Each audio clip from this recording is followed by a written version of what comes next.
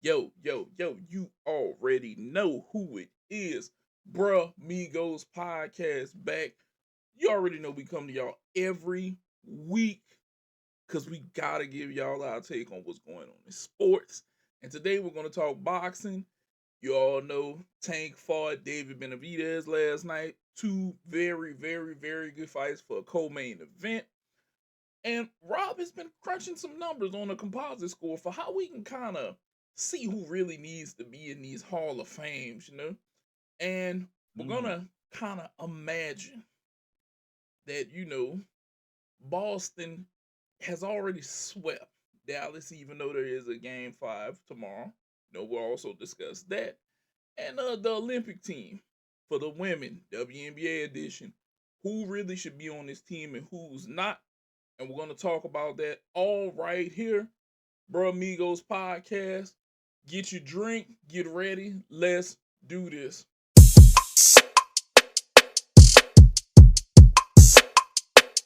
Bruh. Rob, What up? I got to talk boxing right off the bat. I'm going to Go for start. it. It was a great co main event. David Benavidez, Gervonta Davis, they each had their fights. David Benavidez versus Vosdick, who, if for who didn't know, or if you weren't paying attention or you don't know this about Vosdick, that is Canelo's sparring partner. Okay, Vosdick was a great boxer whenever he was younger. He thought about retiring after he took a loss, but he came back. Now he's back in the ring. At 37, I wasn't looking for him to make it, but he did make it against the Mexican monster David Benavidez. David Benavidez is just a guy who, whenever I think of the Juggernaut, bro, he's the Juggernaut in boxing. This dude walks Look it up. forward, he hits you, and he hits you, and he's the king of combinations. He will hit you 3, 4, 5 punches, and it's like, when will he run out? Now he wasn't as super aggressive as he had been at 168 because he's moved up light heavyweight. I will say this. I feel like he's gonna take over at light heavyweight. The guy is flat out amazing. He wasn't waiting on Canelo. He said, damn it, I'll move up. But I must say, David, excuse me, David, I still want to see you fight Canelo. I know we talking the money and everything. Look, make it happen. 50-50 Canelo. Look, Saul Canelo Alvarez. I love you as a boxer. God damn it, give him 50-50 if that's what it's gonna take to make it happen, okay? Give Just him that money. just make it happen. The people want to see this. Some people say, "Oh, I want to see him fight Terrence Crawford." Either way, look, I want to see you fight David Benavidez. Terrence Crawford is awesome. I want to see you fight the Mexican monster. I want to see if you can stop him like you stopped Mongolia, and because his style, Benavidez' style, is just so Terminator-ish to me. He's gonna walk you down. He's gonna keep swinging. I'm gonna come with combinations, and I'm gonna keep swinging, and I'm gonna hit you in the body, and I'm gonna keep working, and I'm just gonna bear down on you this entire fight, and you're going to try to have to win this. And I love it. It is just one of those things where, hey, I love to watch that part of boxing, and I gotta talk Tank, Frank Martin. Look, Frank Martin, you might be the most athletic fighter Tank has fought, but damn it, it don't matter. It don't matter. Whenever he put you on your ass, it was over with. I I gotta throw this analogy, Rob, and I want you to think about this. Now, I was having a discussion with somebody last night, and they were like, "Could you imagine if Deontay Wilder ever had the boxing prowess of Tank, how dominant of a heavyweight he could have been?" Mm-hmm. And I was like, all that power, but he don't know what to do with it. Yep. But Tank got all that power and he knows what to do with it. Frank was hitting him, but it was like it was just bruising, but he could never hurt him. He could never hurt him. I don't know what Mm. it is. I've heard Tank say some of the hardest punches he faced are like Isaac Cruz and believe it or not, Riley Romero. But Frank Martin was hitting him, and it was like, that shit doesn't phase me. That shit doesn't phase me. That shit doesn't phase me. And I was like, Frank, put a brick in your glove and hit. If that's what it takes right now. Because you're not doing nothing to him. You hitting him, and it looked like you bruising him. But I know people who are light skinned ain't bruised. And it's like, okay, but you're not hurting him no. He's just walking through that shit. Like, you're not doing nothing, bro. And whenever he put him down and he measured him, I was like, Frank, you just gonna let him lay you out like that? And he laid him out.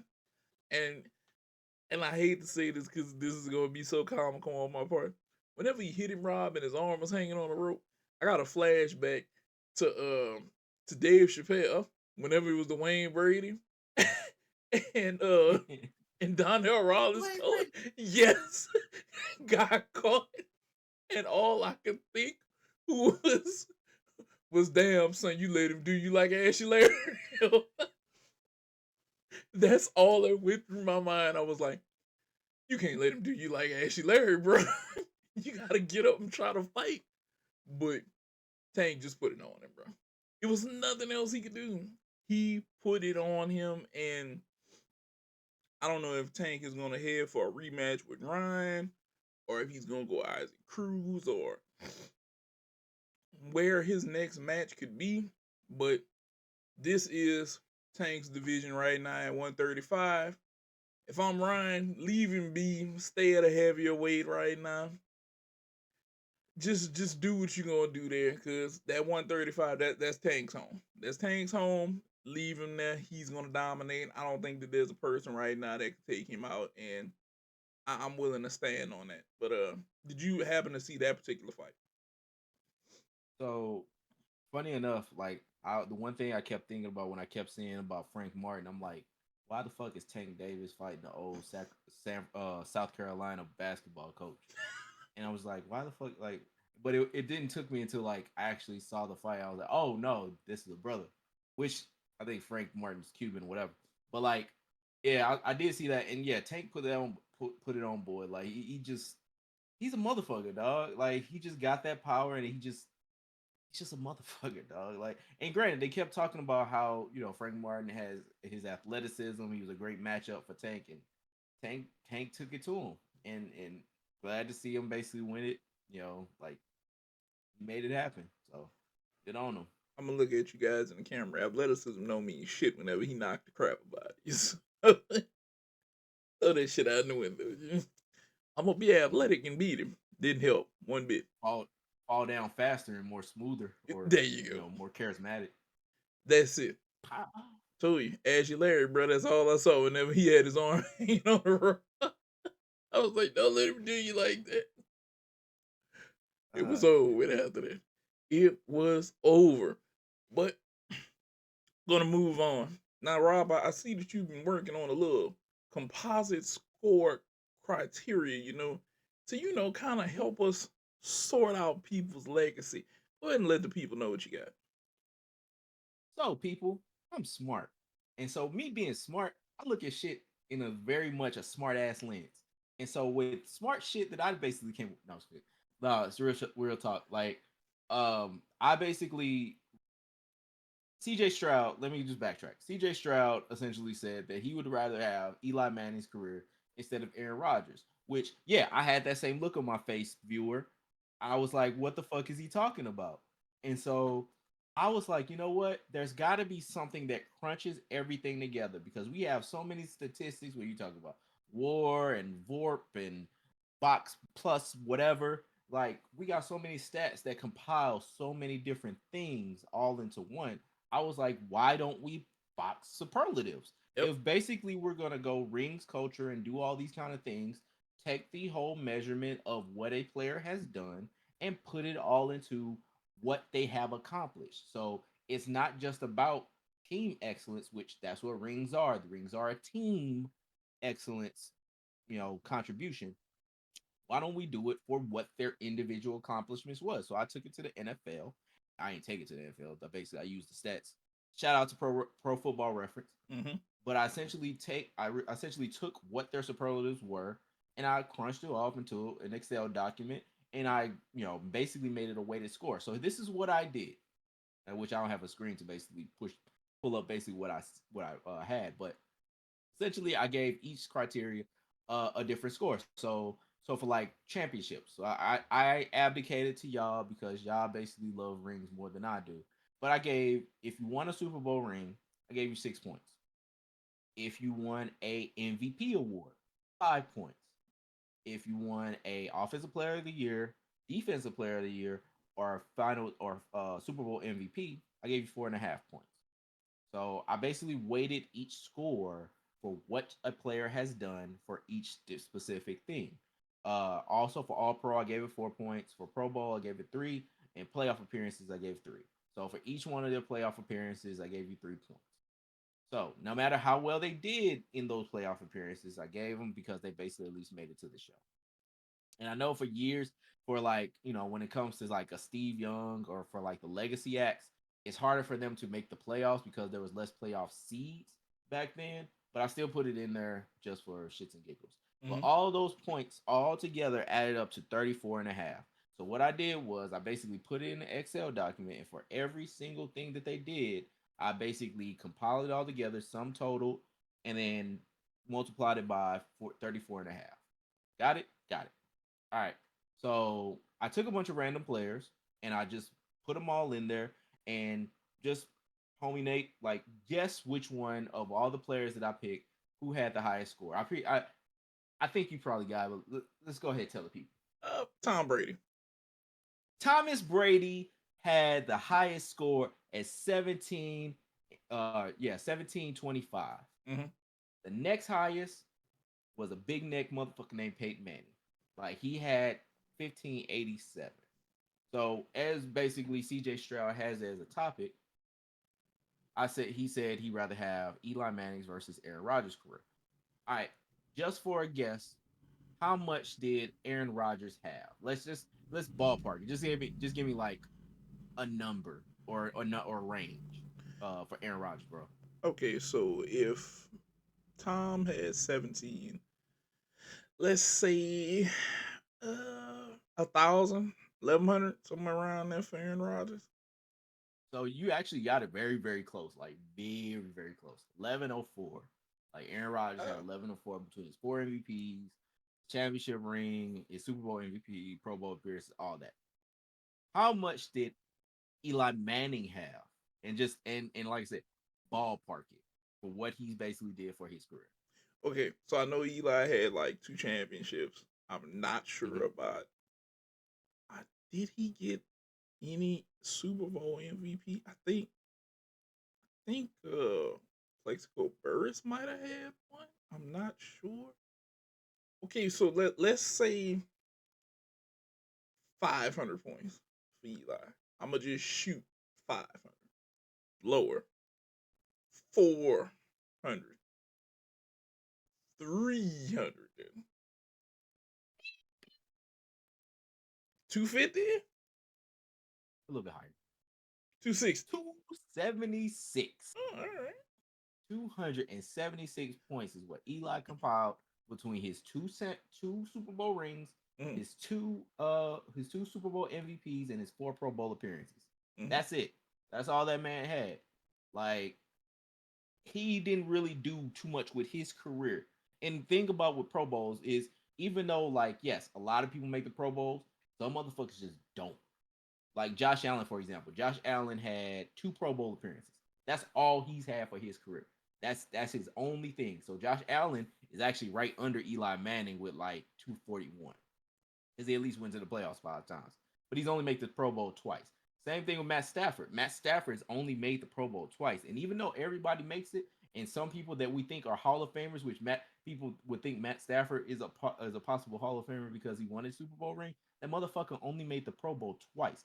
Never was an All Pro, and had only like was it a few playoff appearances. Like he hasn't really actually only like maybe two, but like he hasn't done anything. Or some people just haven't really done anything. And so when we talk about who is a Hall of Famer, who's not, we really got to compile all these things together and really give a true picture on what weight these things have. Yeah. Because yes, I think Super Bowls are a team award, but it's hard as fuck to get one. And like I told you, or I don't even know if I told y'all before, but there was a stat that came out like I think like a year ago that only like in this era, like in the last 13 years, 12, 13 years, there's only been three people that's won a Super Bowl ring. Like three people that has been drafted that has won a Super Bowl ring. Patrick Mahomes, Mm-hmm. Nick Foles, Russell Wilson. Oh, That's it. quarterback wise. Of the last like I think since the 2021 since the 2011 draft or 2012 draft, basically since Nick Foles and Russell Wilson's draft, it's only been three quarterbacks that have won a Super Bowl ring that have been drafted in those drafts. It's not easy. And these are the things that we have to keep in mind when it comes to who we basically say is, has the stuff, can lead people to a title. It ain't too many people that's been drafted in the last decade that's been doing that. And so that's what I want to do. And another thing that I basically, but that is what that is. Another thing that, like, while crunching these numbers that I found interesting is that some people had similar careers that I really didn't think had similar careers or had as much similar as far as this way to score. So, like, for example, Aaron Rodgers ironically has the same total as Joe Montana. They both had 1104. Mm. I, also, oddly enough, Patrick Mahomes and Walter Payton had the same exact score at 795 and a half. Which the thing about with Patrick Mahomes is he's only played 6 years, while Walter Payton played more than 6 years, a lot more than 6 years. And so so it's weighted. But the thing about it, that being weighted, is that yeah, it he still got a lot to go, but he still matches him. Another one that basically, the St. Louis in me really like. Marshall Falk had the same one as Marcus Allen. Like their careers basically have the same exact point total with this weighted thing that it's kind of wild to think like how good they were, and like they had basically had similar careers as far as superlatives. Mm. So also another one, and this is just for my shits and giggles, and you might not giggle for this. Two people that also had similar scores that Mhm. nobody would ever match at all: TJ Watt and OJ. Yes, that TJ Watt and that OJ. Oh And my they god. have they both have 483. So it's just one of those cool things that I really thought about. And I like and y'all looking at this, y'all basically, hit us up in the comments.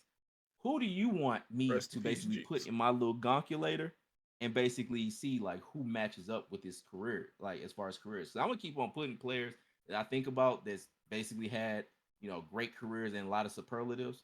Like I had Aaron Donald in here, and Aaron Donald basically got a score that's like right below Steve Young, you know, like or no, right above, yeah, right above. No, it's actually yeah, right under Steve Young, like Mm. not too far off. Like Steve Young had 966, Aaron Donald had not 931 and a half. Like Pretty good I want company. to keep doing this because this shit kind of cool, and I just keep wanting to just basically see how far I can push it and see like what kind of careers people have. So like I would love for y'all have give me like whatever inputs y'all can, and basically I can run it through the system and do that. So, but I hope y'all like this as much as I like doing it. So, but yeah, put it in the comments and hit us up on Twitter, hit us up on TikTok, all those things. We're on Threads too and everything Yeah, like that. we're everywhere. Hit us with whoever you think would basically be an interesting one to basically see how their careers match up. Definitely, definitely, definitely. Now on. We're gonna play one hypothetical situation with Boston, and then we're going to kind of go in on the reality. Okay, so this is the first thing. Let's talk about what's really going on with it, Rob. So Dallas has avoided the sweep, but but it could all end tomorrow in Boston. Okay, Yep. now granted, this wasn't a close loss that Boston just took. This was a kind of a ass whooping right now. Damn. Yeah, it was bad, and it was one of those things where I looked at it and I was like, this is kind of a hard one. If I'm, if I'm looking at it, I'm like, hey man, y'all should have look, fight for your right, okay, fight for your right. But it was one of those things where I felt like everything that could go wrong went wrong for Boston. Now, granted, Game 5 coming up, Kristaps is going to be available for him, but they said something that made me very skeptical of that. They said in specific situations. And I was like, what specific situations are we going to talk about? We need this nigga now. Yeah. And I felt like, and granted, he didn't play in 4, and they said it was a coach's decision. I kind of feel like that's a lie. I kind of feel like he's probably hurt again, and they don't know exactly how hurt he is because the man had been sitting for months, and then he comes back, and I kind of had a feeling that they were going to let him rest till they got to the finals, and I was like, I think Boston is banking on if he can come back in the finals and they can win this with him, it'll be all worth it. Which I wouldn't like. I'm not gonna go against that, but everything that could have went wrong the other night went wrong for Boston. And Kyrie was 10 to 18. Luka was 12 to 26. They were balling 30 and 28. They got 20 from Derek Lively, who had been coming back off an injury. You had Max. No, my bad. You had like that was their plus or minus. But you had 29 from Kyrie. No, 29 from Luka, 21 from Kyrie. Gafford gave you 7, which he went out there and he did what he needed to do. You had Derek Lively with 11. You had Dante Exum, who has been like a myth somewhere in the NBA to me for the longest, to go out there and give him 10 points. Tim Hardaway Jr. got hot, shoot, 5 or 7 from 3. And I was like, that's what Dallas needed to kind of spark them and push them in the right direction. And it worked out. Now, granted, Boston is on home court come tomorrow. In my head, I don't see them letting this go to a game 6. And I will say this, and this ain't the jinx Boston, but let's look at what has happened through this playoff run real quick, Rob. Did not every person that Boston came across, the best player got injured in some way, shape, or form that made this run a little bit easier than what it should have been. Donovan Mitchell went down. You dealt with Brunson, but he didn't have his running mate in Julius Randle. Um Halliburton goes down whenever it seems like Indiana needs him most. You didn't have to deal with Philly because Philly went out. The Heat were not even in the equation. I felt like this was the gifted run that they needed to steal a title right now and bring back the light on Boston having all of the championships and they're the dominant East Coast team and kind of nan and a boo boo against the Lakers, who they got a bubble, and if Boston got this one, well, mine wasn't a bubble. It wasn't. It wasn't a Mickey Mouse trophy. It was full blood, sweat, and tears throughout the season. But I will say this: I believe Boston should shut this down tomorrow. But due to the fact of everything that can go wrong, can possibly and will most likely happen at times. That is my biggest fear for them tomorrow. My biggest fear is for Luka to come out there, get going, pass the mic to Kyrie and say, Kyrie, take us home. And he takes them home, and we see game 6 in Dallas. Because I think if they get to Dallas with my heart and soul, I truly believe if they force this shit and get back to Dallas, we're going to have to see game 7 over there in Boston, okay? I do not think if Dallas can push that sucker out tomorrow, that they're going to lose in Dallas. They're going to figure out how to make this 3-3. Now, with that being said, Boston, look at me. You better end this shit tomorrow. You better end this shit tomorrow. You better go out there and stomp on their heart early. Because if you don't, my worst fears for this to go to game 6 in Dallas. Because that Dallas crowd is going to have the stars. Patrick Mahomes and them is going to be out there, and they're going to be pushing. And I feel like Dallas is a momentum city because we saw it whenever they played the Heat. Whenever they played the Heat on their title run, we saw Dallas is a momentum city. And if they get back to Dallas, this could be craziness for this to go 7 games. And I don't think you want to be on the wrong side of history, Boston, being the first team to go up 3-0 and then lose the NBA title to Dallas. That is my worst fear for them, Rob. My worst fear. Not you? I don't know. I have a natural hate for Boston. Like, not even for Boston, for the Celtics. I mean, Red Sox, I only hate them because, a person on the other side of here. But, like, the Celtics, I don't know. I've always just disliked the Celtics. I don't even know. Like, it ain't even, like, a great reason why. Like, and granted, Tatum, like, we don't, like I said, we do not talk about anybody from St. Louis on here because it takes a lot to, get out of that place, 3-1-4, stand up. But when it comes to Boston, when it comes to the Celtics, I am okay with you guys, making history in that way. That it doesn't hurt me, I would say, but it hurts the homie. And so that's what I wouldn't necessarily like, but also wouldn't be against it. I see that. I see that. But Boston don't be on the wrong side of history. Now, me and Rob are gonna play a little, Imagination Nation. Yeah. The segment that's ruling the world. Okay, go ahead. So, Rob has here, if Boston would have swept the Mavs, that they should have let Luka drink his beer. So everyone, let's put on our tinfoil do-rags and just basically put on our Imagination Nation outfits, and let's think about, like, we did this last week with JJ Redick possibly being the Lakers head coach, which seems like it just happened again. All right, Dan Hurley.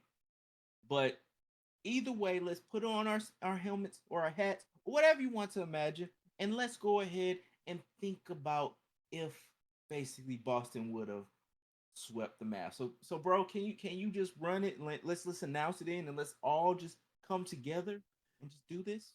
Now, your 2023-24 NBA champions, the Boston Celtics, sweep the Dallas Mavericks 4-0. That, first of all, congratulations to the Boston Celtics. You guys absolutely did it. You were amazing this year. You were absolutely dominant. Jason Tatum, 3-1-4, represent the city, man. That you did awesome, dog. I can't say enough. Jaylen Brown, you got your manhood. Now you can dribble left and all that. But now we got to turn our sights to somebody or a team that I need to talk about right now. And it's something that unnerves me sometimes. Dallas Mavericks. And I'm looking at you, Michael Finley, Dallas Mavericks legend. I want to talk to you right now. And you want to know what I want to talk to you about?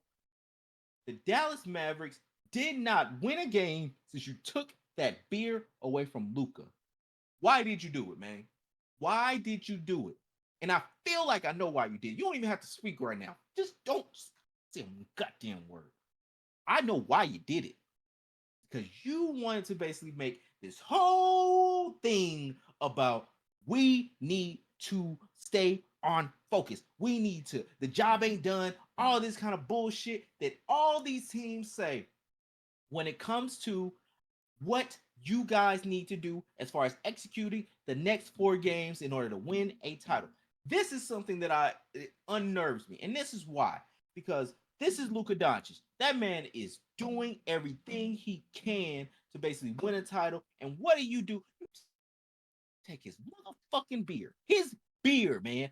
All that man wanted to do is sit back and chill. He was coasting, chilling, and just drinking a beer. And here you come, hating, trying to be some Billy Bad macho motherfucker that basically just wants to take people's fun because we ain't win the title yet. Well, you know what gonna do? Look, just let me decompress after. One, my body hurts. If I'm Luka, I'm saying this not as Luka, but as Luka. My body hurts. I just need a cold one just to chill out after I just got us to the NBA Finals for the first time in my career. And here you go, taking my beer. We need to let people celebrate when they can. That's a song by Anderson .Paak that I absolutely love. Celebrate. Celebrate while you still can. And that's all Luka wanted to do. That's all he wanted to do. And here you go, just taking his beer away. Now you got swept. Hasn't won a game season. Now you want to give him all these beers, don't you? Don't you? Because you want to basically give him back what he should have had in the first place because all he wanted to do was celebrate. All he wanted to do was chill. But no, we can't have fun because we ain't win the title yet. And that's why we live in a sad generation as it is because we don't have enough people that just want to be happy while they're being happy. We got too many motherfuckers that want to basically delineate happiness and put rules to happiness. Don't put rules on happiness. Happiness is within you. Yes, you and them. And that's what we need to have in focus. We need to have our happiness. Put a motherfucking smile on your face and don't put any qualifiers on it. You need to be happy. Be happy. Yes, you. Yes, you. Be happy. God damn it. You need to be happy. Happy because you're happy. All right? I ain't saying shit is all great. I ain't saying there ain't no bad things in the world, but be goddamn happy because you ain't know when your last smile gonna happen. All right, I know a bunch of motherfuckers that didn't know that last smile was gonna happen. Have that motherfucking smile while you got it, while you can still have it, and just be goddamn happy. Don't put any qualifiers on it. Don't say wait. No, don't wait. Happy now. Happy goddamn now. All right. That's why your ass is on out the finals. All right? All right, now let's go ahead and take our imagination do-rags off. And let's breathe. Breathe. Don't that feel good? Does feel good. Now, with that being said, this may, if they can pull this game out in Boston, we got a series on our hands. Yeah, that's gonna be nuts, dog. Look, I was like, man. I called game 2 was gonna basically that was gonna be their bounce back, and they screwed the pooch. No, but yeah, I was like, oh, this is sweep. Like it was gonna be a dead sweep. And for them to fight and do that, and granted, Brown and Tatum both had horrible fucking games, and it was like, damn, it's like y'all are falling apart now. And it just made me think about that they've always had a bad game like that. And I don't think that they got off to a start as good anytime during the playoffs as they did against Dallas right now. I don't think that they went up on anybody that quick 3-0 and was like, man, we got y'all ass. And then, boom, lose, blowout. And this is what I fear. And what more so makes me fear it is, in game 3, Dallas went on a 20-0 run. And I remember thinking Boston needs something to happen to stop the bleeding. And Luka fouled out. And I was like, that just stopped the bleeding for y'all right there. That just stopped the bleeding. Colonoscopy. Yeah. Cause if he stays in that game, it's an issue. Because we may be talking this was 2-2 instead of 3-1.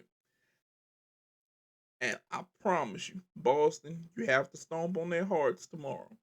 Because if they get that game, I hate to say this, but they might do to y'all what the Red Sox said that they were going to do that one year. We can get that one game. We can make this a series. And the Red Sox won a championship that year. And I promise you, Dallas is having Luke and Kyrie are having talks with the team, and they're telling them if we can stomp them out in their house and get back to Dallas, we can force a game 7. And if they force a game 7, damn it, Boston, you better be on every P's and Q's and dotting I's and crossing T's and making S's crooked as hell to make sure that y'all get that win if they force a game 7. Do I think that y'all are going to let it get that far? Hopefully not. Hopefully you get this done tomorrow night, call it a day, get them out of there. Okay, get your championship because it'll be the second one in quite some time since KG never got it. You know, 40 years though. 40 years. yeah, Second title in 40 years. yeah. That's a long time.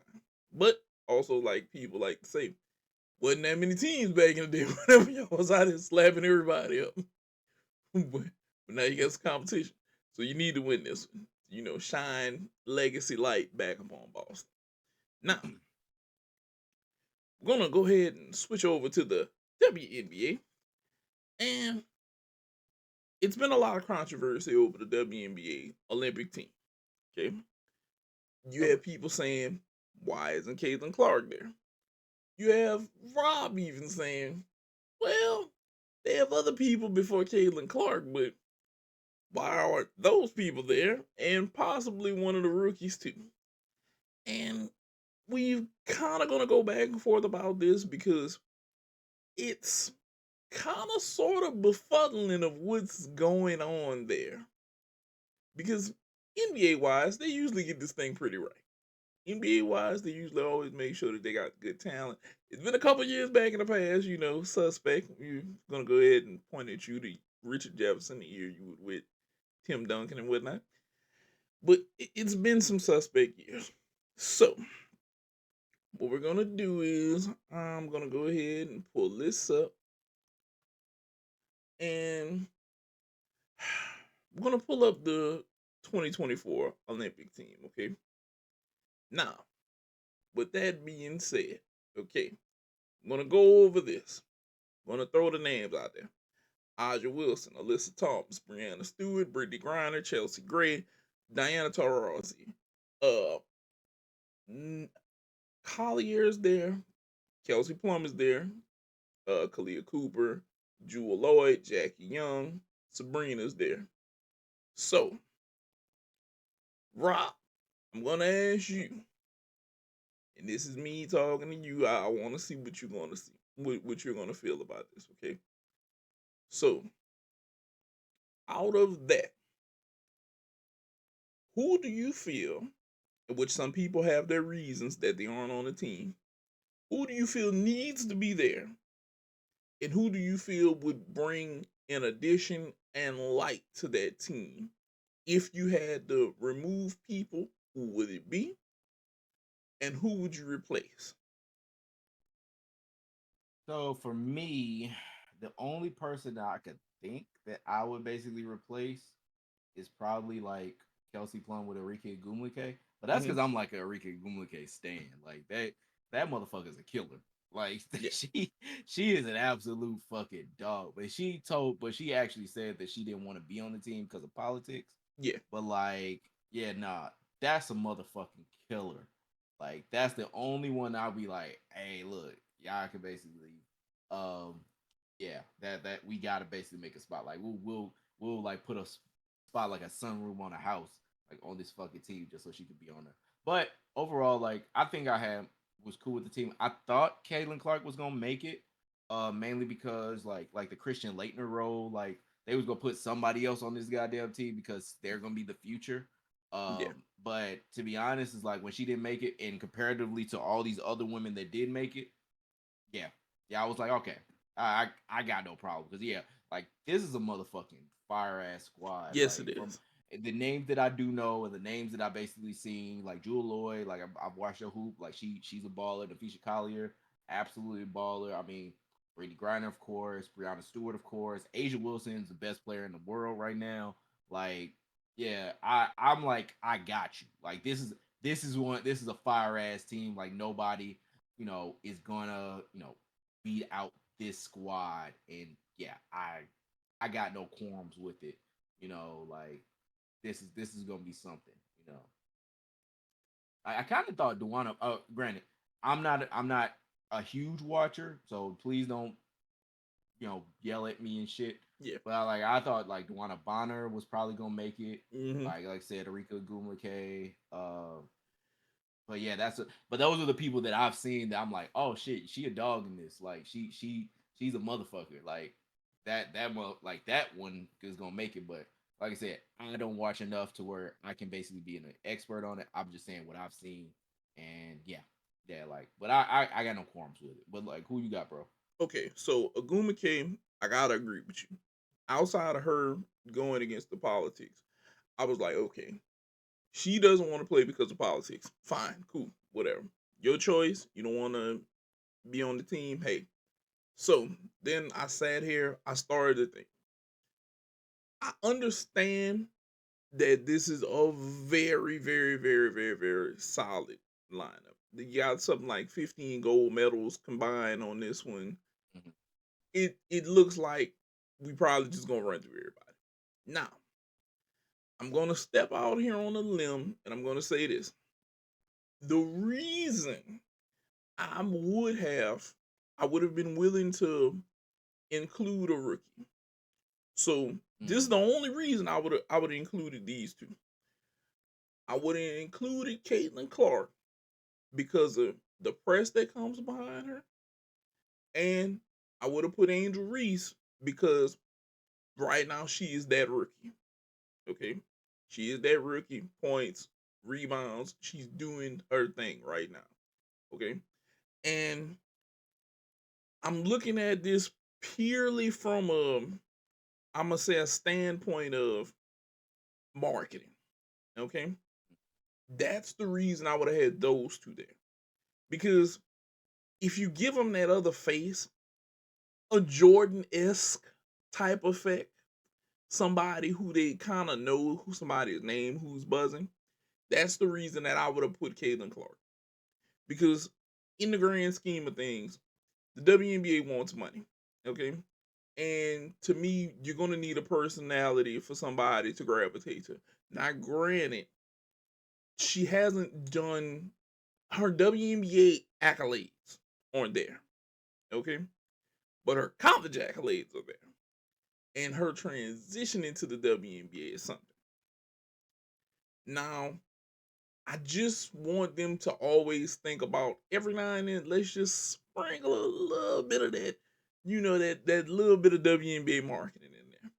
Now, with me saying that, I'm gonna also say this because I'm gonna talk against that a little bit. WNBA, get these women into international markets because I promise you, you got ballers already. That if it wasn't for what's going on with Caitlin Clark, we wouldn't need her presence necessarily. Okay? Granted, balling ass team. My thing is, I need y'all to put these women into international markets and get them advertised more. Okay? Like I said, me and Rob told y'all the draft commercials and stuff that y'all had. You had gold right there. You had gold. And I don't think that you guys realize this. We're going in the right direction. I don't know which one of y'all asses is steering this boat, okay? But it looked like every time we start to sail off in the right direction, y'all get to swerving like y'all listening to Boosie and Webby for some reason, and we get off course again. And I don't know. It's like we're swerving. We're still headed in that direction, but we're going swerve right, swerve left, swerve right. And I'm trying to figure out who. I'm like, hey, what you doing? What you doing? What do you think, Ron? So I would say, as far as marketing, you have that in Asia Wilson. Asia Wilson is absolutely, and I've been a follower of Asia Wilson for a while. Like, even though I haven't been watching the games, I have been basically seeing like what she's been doing, Yeah, and like yeah, she won me over. What was that? I think it was the 2021 when they won her first yeah. title. Whenever she won Like the first one, yeah, like she was like, "Hey, hop on my back. I'm big. I'm taking us to the chip," and she absolutely fucking did yeah, it. she Like did. she was like, "Hey, look."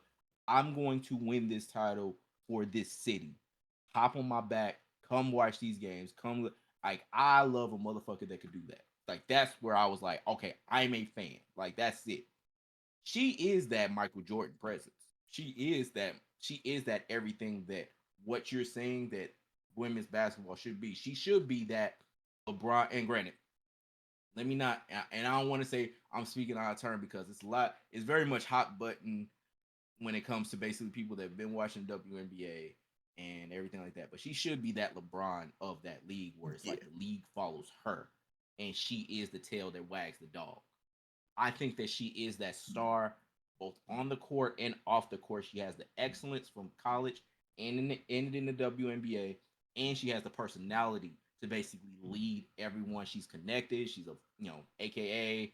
She did basically. She's got everything to her. She basically can be that seminal star that people want Caitlin Clark to be. Because Caitlin Clark, she has basically been doing well with basically what she's been given yeah, because she has been, hey, we need you to carry us in the stratosphere, and she is not the personality to do that. no, I don't, and it's not a knock to her. She just is not that. She just want to. She's like Kevin Durant. yes, she This is is. what I would say about her. She wants to hoop, and granted, all of them really want to hoop, but I don't think she is the star that people want to make her out to be. She is the absolutely yes, the college basketball points leader ever, a record that I think not anybody thought would basically beat Pistol Pete's, especially when he did it without a 3-point line. But like she is that on the court talent that basically people kind of attribute to, oh, she's also a star, but she don't seem like she wants to be a seminal figure for WNBA. She seems like she just want to hoop and hoop well, but she doesn't want to be that person that people look to and basically put all these accolades on. Yeah, Asia Wilson seems like that. Asia Wilson seems like I want to y'all help y'all hop on my back. I will carry us to freedom. I will carry us to where we need to be. She is that, and as a whole, we don't seem to recognize it or until basically it has to be at our forefront. It has to yeah, basically knock us in the grill. Like she is that. She is that motherfucker. And that's what we need to treat her as. And we don't treat her as much of that motherfucker enough. Now, granted, she's in more commercials and everything like that, but she is that motherfucker. yeah, She needs to be recognized as that motherfucker. yeah. And WNBA, and I'm gonna always go back to this. I put the brunt of that at y'all doorstep. I put it on y'all marketing team because Mm-hmm. y'all fail on the marketing. Look, I don't know who does it, but you have to do a better. You have to do way better at positioning a lot of these women. Asia Wilson, the Angel Reese's. You have to take the Jewel Lord. You gotta take these women and position them in the right way. If you proposition something the right way, and it has never failed. You go in the store sometimes, and there's some shit that you won't buy, but if they put it to you the right way, you'll really think hard about buying that, even though you may say, I don't need this, I don't want this, and you'll bounce back and forth on it, but you'll get it though because they propositioned it to you the right goddamn way. WNBA, just do this the right way with these women. You will look.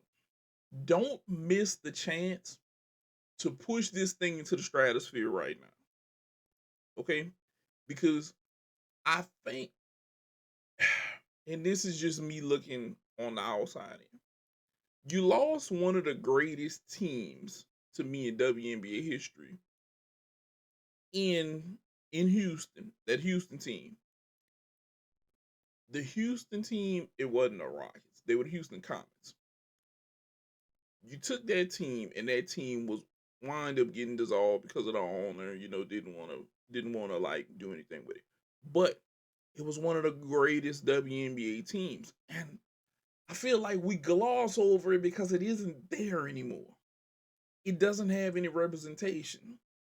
And I'm really upset about that because that was one of the teams that I watched in the summertime with my dad, Cynthia Cooper, Cheryl Swoops was on that team. That was a very, very, very great team. Won multiple championships, but they have the lack of representation, and by it not being there, you guys have kind of done it a disservice.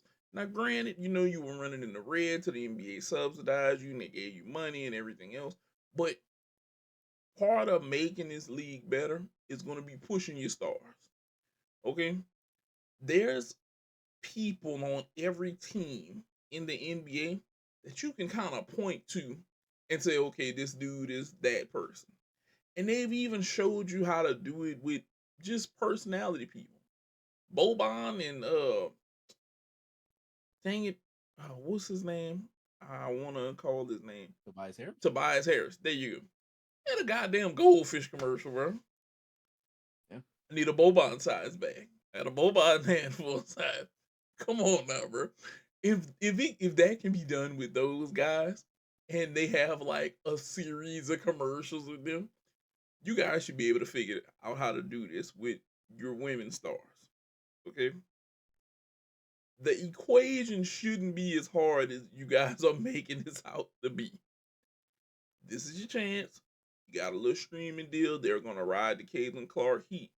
But you need to have everything else being pushed into position in case this doesn't go exactly according to plan. Push your Aja Wilson, push your Alyssa Thomas, put your Brianna Stewart out there, your Brittany Griner, your Chelsea Gray. Push all of those women out there out front. Use this to your advantage right now. Just use it. I always plead with you guys about the marketing. And I know somebody's going to say, he's always pleading for the marketing because they don't do the shit right. They piss me off. I just feel like they're not doing this right. And I feel like there's somebody with the checkbook who's writing checks for bad shit instead of the right shit. Just do what these women need to do and put them in the right position. And I promise you, your league will continue to push forward. And before you know it, it'll be way more games being prime time streamed. It'll be way more money pumped into this, and those salaries will steadily creep up.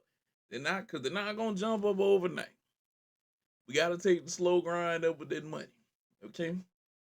So just roll with me. Just roll with me. Hell, you can come in, give me 5 years with it. Whatever that person's salary is, give me the resources that they have. Shit, you can hire me and Rob. We'll take 200,000 a piece for the next 5 years. We'll work with y'all. We'll work because I know the person is making more than half a mil a year that's doing it. You can get 2 brains for the price of 1, and we can try to get this thing back on track. But with that being said, Rob, do you have anything else to say about this? Nah. I've unloaded the clip about this subject. Like, man, basically, this is a motherfucking team that's gonna win another gold. Yeah. Diana Taurasi, I think, is gonna get her 6th one, which is crazy. Yeah. Like, they're gonna win. They're gonna win.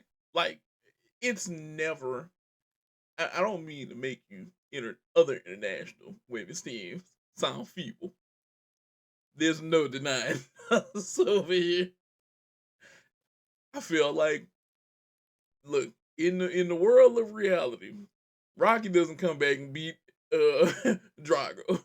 Drago dog walks him even in the rematch. Well, even in this match. He continues to push on. Our women's Olympic team, the juggernaut. Everybody else, bystanders that we shall walk through. And I feel like that's how it is with this team. But hey, thank you guys sitting in again. Bruh Migos podcast. You came in here with me, your boy Price, and of course my boy Rob. And we're gonna go ahead and get up out of here. Rob, go ahead and let them know that we're getting out of here. I never know if I'm pointing to the right direction. Yeah, you pointed in the right direction. See, there we go. See, thank you, bro. You got this. Good night, Canada. Good night, Taylor Swift. Good night. Man, I really look. I'm gonna be real with y'all. I had a point that I was gonna make for this specific time, and I can't even think of what it is. But look at my shirt. This shit is fire. Yes, Like it's that Ken Griffey shirt That shit that I is. saw like a while ago. And yeah, that's what I'm pointing to right now because I cannot remember what I was gonna say. And it was gonna be dope. And I was like probably going to awards and shit for what I was gonna say, but I really cannot remember. And I really don't. Happy Father's Day to my niggas though. Like Happy for Father's fellow Day to all the fathers, fathers out there. absolutely happy Father's Day to you, bro. Like absolutely, solemn happy Father's or Happy solemn Father's Day to you Father's too. Day to you, bro. Like, but yeah, absolutely happy Father's Day to my niggas, the zaddies, the girls, the women Sunday niggas. Yeah, all y'all, happy Father's Day. Hope y'all had a great one. Hope y'all was on the grill or doing something Yep. dope. And we're out of here. Peace. Thanks for checking out this episode of the Bra Amigos podcast. Make sure to like, comment, and subscribe so you never miss an episode.